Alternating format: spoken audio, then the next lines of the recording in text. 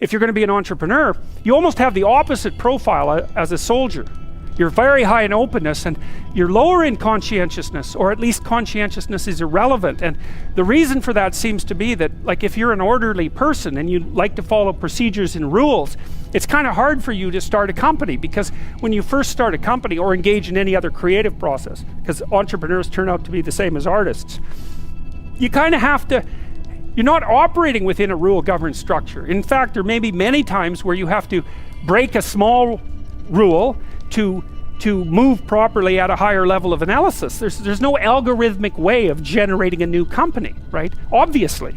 And so it's people who are very high in openness who happen to be good entrepreneurs. And so this is something I thought was extraordinarily cool, because we'd also already known what predicts managerial, administrative, and academic ability. And IQ is crucial for any complex job, so we'll just leave that behind. But what predicts academic ability, for example, at the University of Toronto, is intelligence, obviously, but also conscientiousness.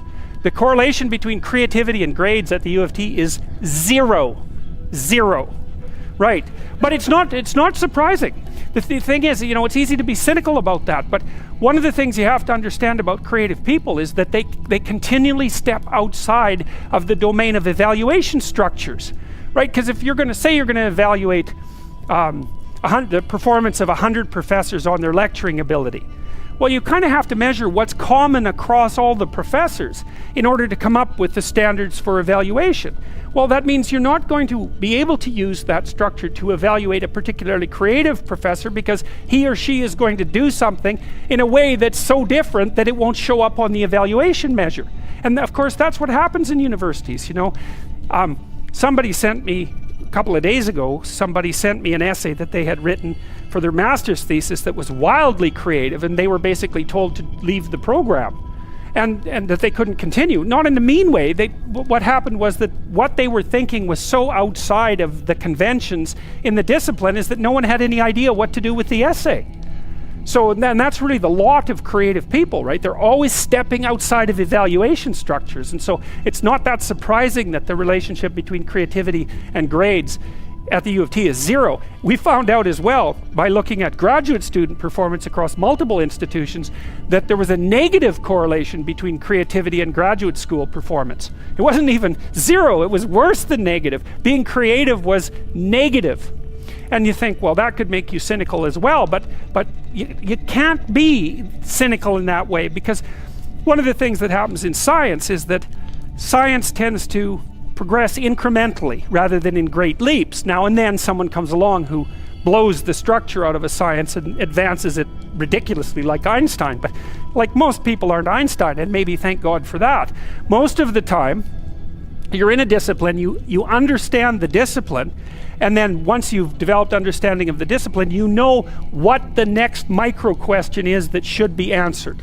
And part of the reason that science is so powerful is because it allows people who aren't genius level creatives to make real advances in the generation of knowledge, one tiny micro step at a time. Doesn't matter if there's 100,000 people doing it and each of them is making a micro step, man. We're zipping along as fast as we possibly want to zip along. And so it turns out to be conscientiousness that's the excellent predictor of graduate student performance. That's the best predictor for law. It's the best predictor for managerial positions. It's the best predictor for administrative positions. Anything that has a structure of rules that needs to be applied, conscientiousness is a great predictor.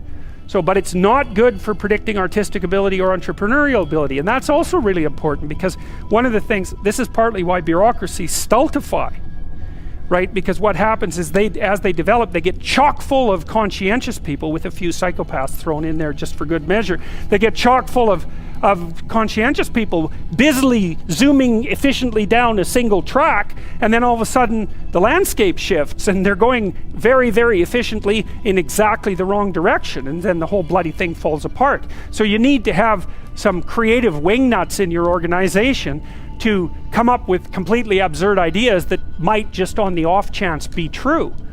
And so creativity is strange in that manner too, because it's a high risk, high return game. You're a lot safer in your life to find a functioning entity and to operate as a cog within it, as long as the entity keeps functioning. Because if you're creative and you go off on tangents all the time, there's some probability that one of those tangents is going to be exactly what is needed at the time, and you're going to become hyper successful as a consequence. But there's much more probability that even though some of your ideas might be highly valuable, the probability that this is the right time and place for them is extraordinarily low.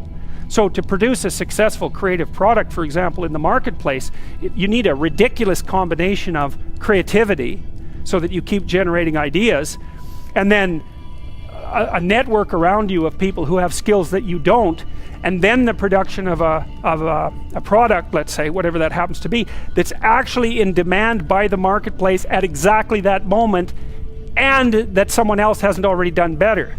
So the sensible thing to tell anybody who wants to be creative is, that's stupid. You shouldn't do it. It's your probability of success is so low that it's better just to do something sensible. But the problem with that is that creative people can't do that because they're creative. And if they shut down their creativity, it's like an extrovert who's gone to live in an isolated cell. A creative person who isn't being creative, they just wither and die. So they're stuck with it. But it is a high risk, high return strategy.